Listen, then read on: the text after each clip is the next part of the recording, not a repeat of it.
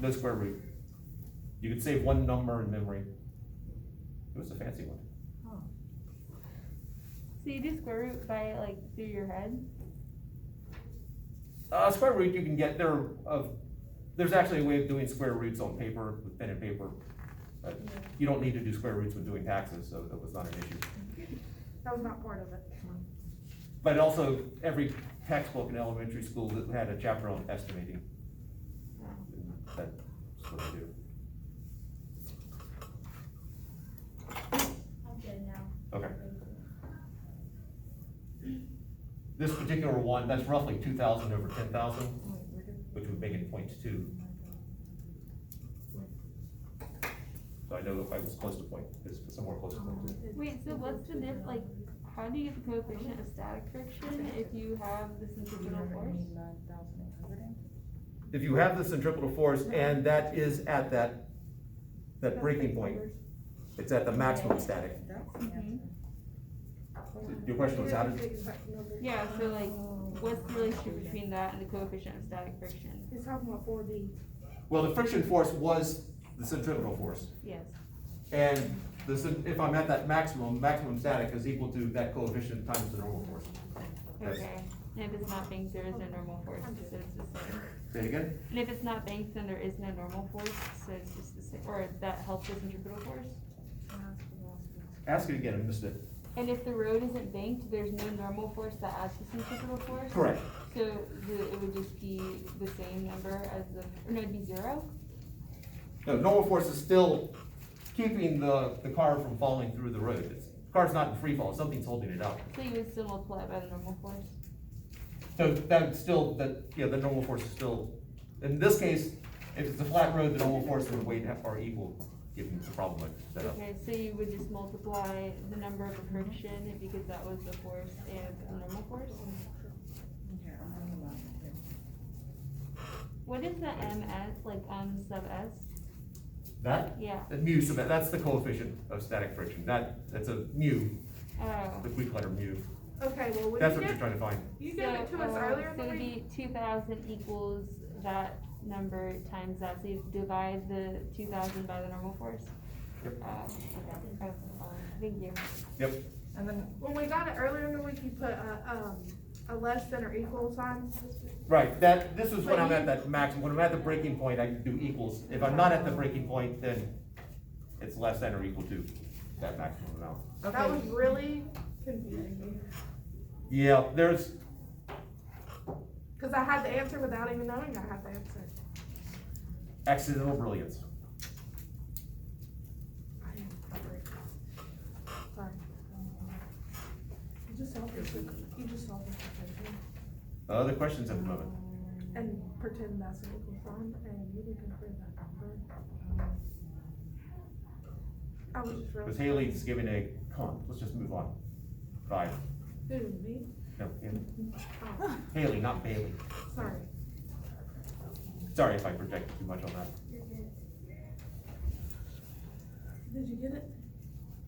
Yeah, I understand. All right, I was gonna talk about something else. What is that? One of the things I was gonna talk about is the stuff that got answered in the very first question, so. I'm gonna talk about chapter 19.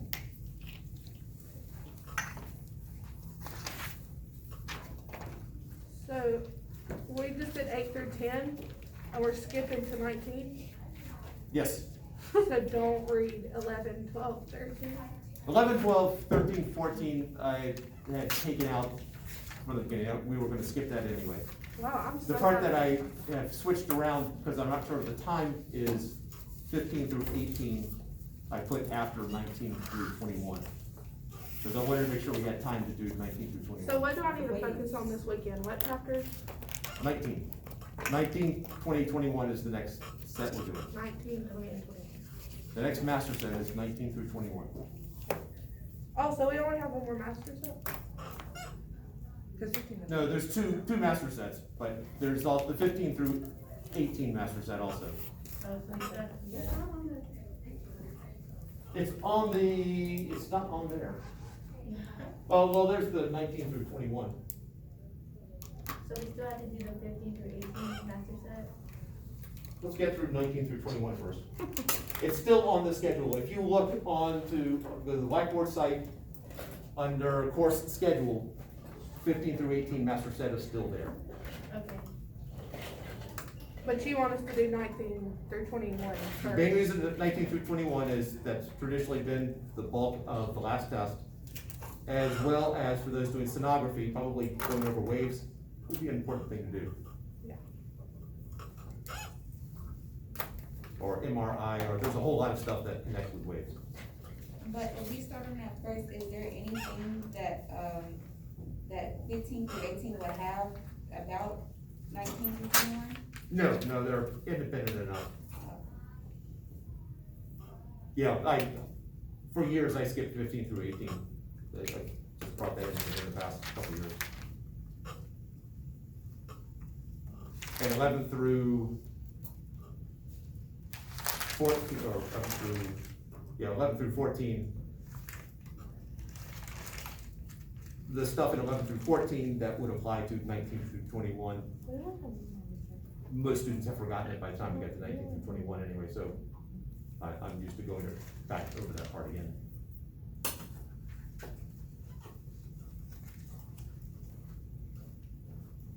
All right, any questions at the moment?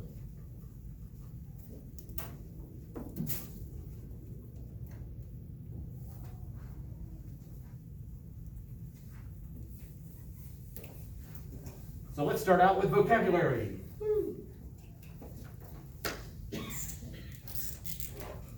A topic so controversial, 2 people had to leave. All right, we're going to be talking about waves. So first let's start talking about the 2 major types of waves. Longitudinal and transverse.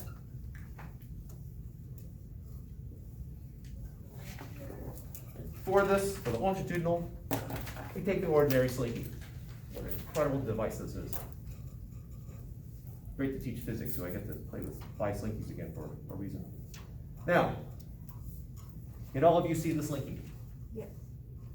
What I'm going to do is I'm going to release some coils from the top. And the question is, what do you notice when I release coils from the top?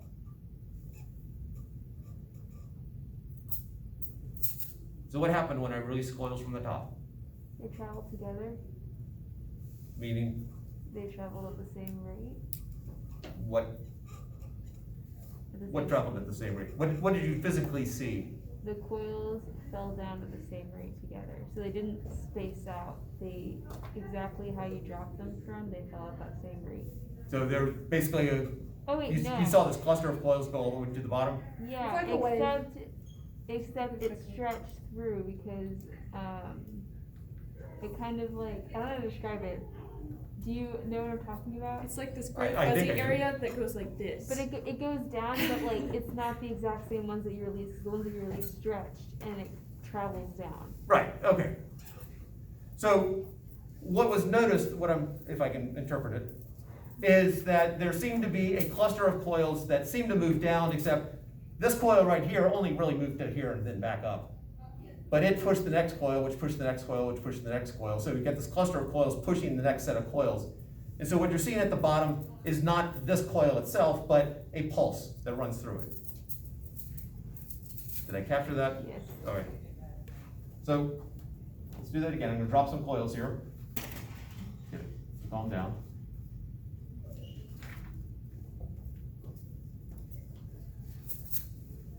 Did you see something that seemed to go down to the bottom? All right, that's an example of a longitudinal wave.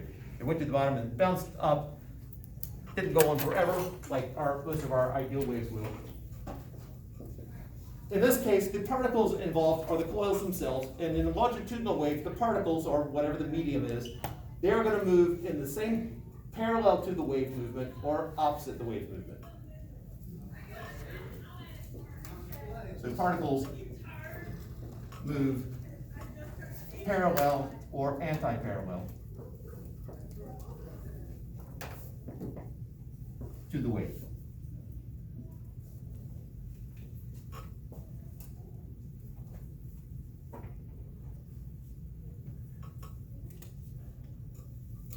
the mechanism for a longitudinal wave is that one particle hits another particle, which causes it to hit another particle, and causes it to hit another particle. Sound is an example of that, because what's hitting your eardrum is not the stuff coming from my throat. What's hitting your eardrum are the molecules that are coming out of me are hitting other air molecules, which hit other air molecules, which hit other air molecules, and eventually air molecules will be pushed into your ear, hit your eardrum. And so the wave that is produced is a longitudinal wave because it involves one thing hitting another. So it's like a chain reaction? Yes. And because one particle can hit more than one particle, basically the energy, when it hits something else, the energy starts to dissipate, and that's why it's not as loud farther away, because the energy gets dissipated as the sound goes out. Because more and more particles are getting involved in it, it shares the energy. So example, sound. In geology, the P waves.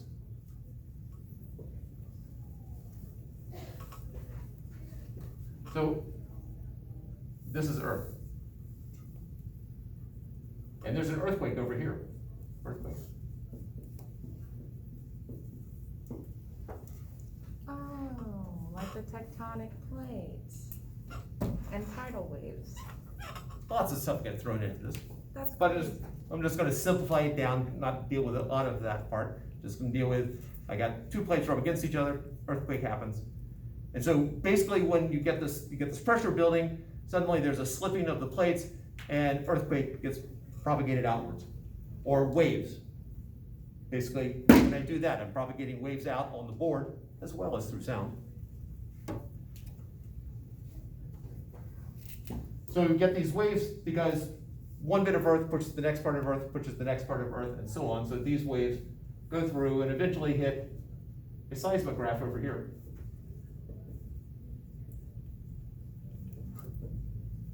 Which is basically the device that, if you've seen it in movies, where it's cruising along, then the earthquake hits, so then the needle goes wild, and then it calms down when the earthquake's over. If you have no idea what I'm talking about, you need to watch more disaster films. Or hang out with geologists. Now, they're called P waves because for one of two reasons. One, they're the first waves that are gonna hit. They're the primary waves. Or, they're also pressure waves, because pressure is caused by one thing pushing against another. So P for primary or pressure. Are you saying longitudinal, I can't talk, is also known as P waves? I'm saying a P wave is an example of a longitudinal wave. Okay. Just as sound is an example of a longitudinal wave. Pressure is caused by one thing hitting another? Yeah. I thought that it was caused by there being more molecules in a specific space. Like compacting more molecules. Yeah, but if I blow up a balloon, what keeps it inflated is actually the air bouncing up against the sides. Okay.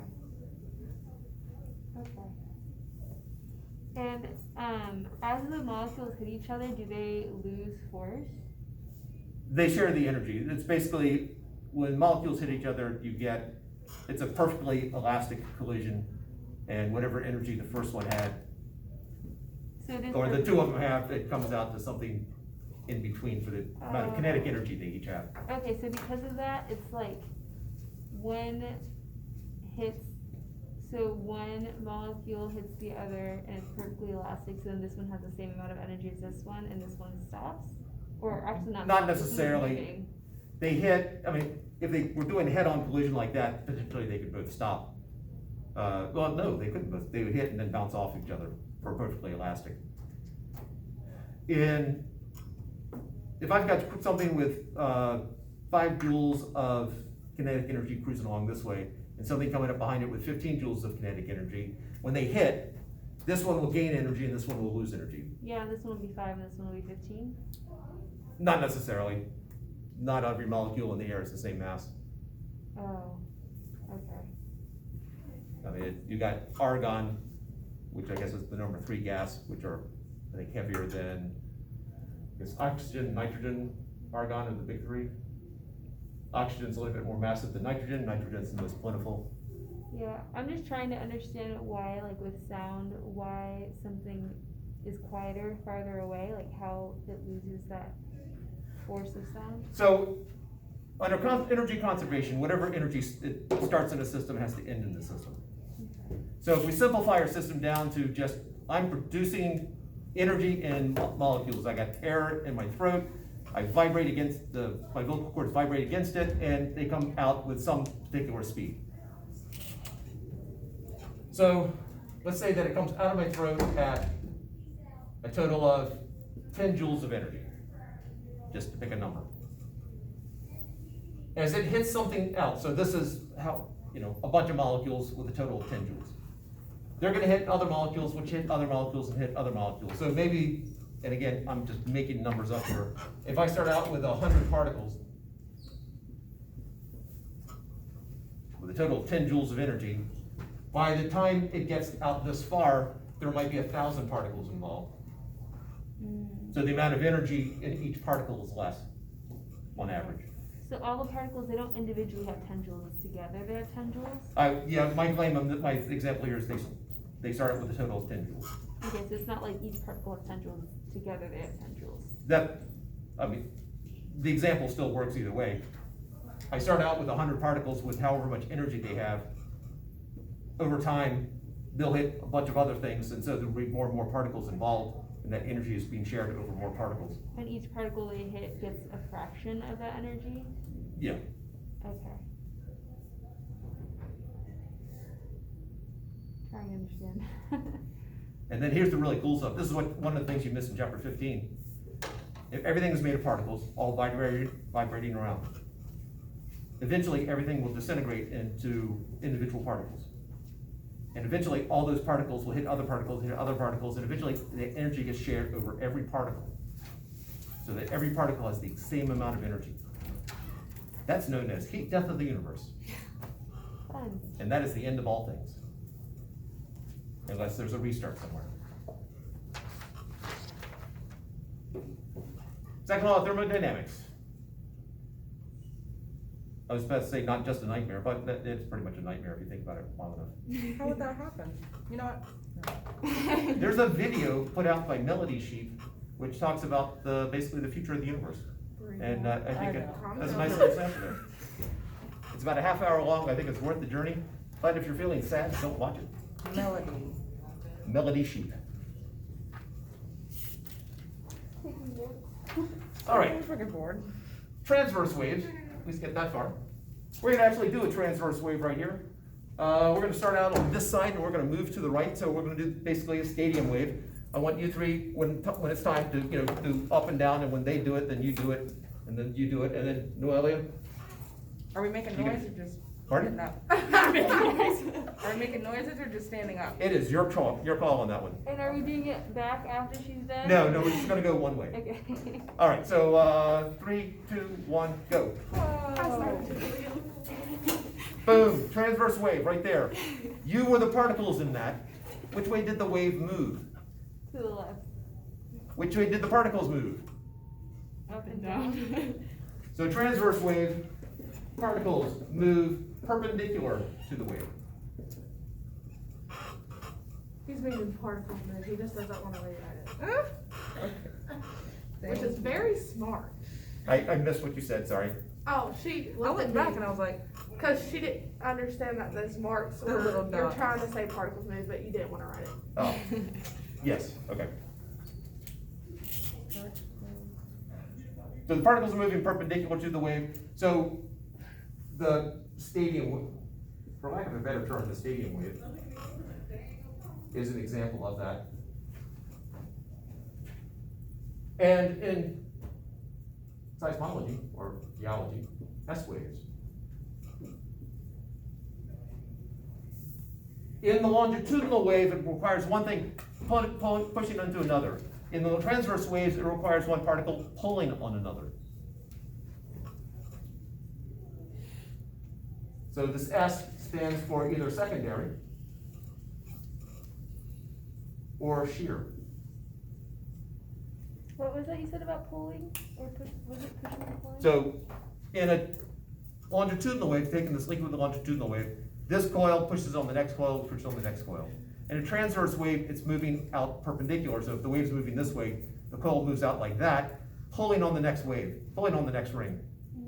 Eventually, this ring will get to a certain point and then come back in and then drag the next one with it.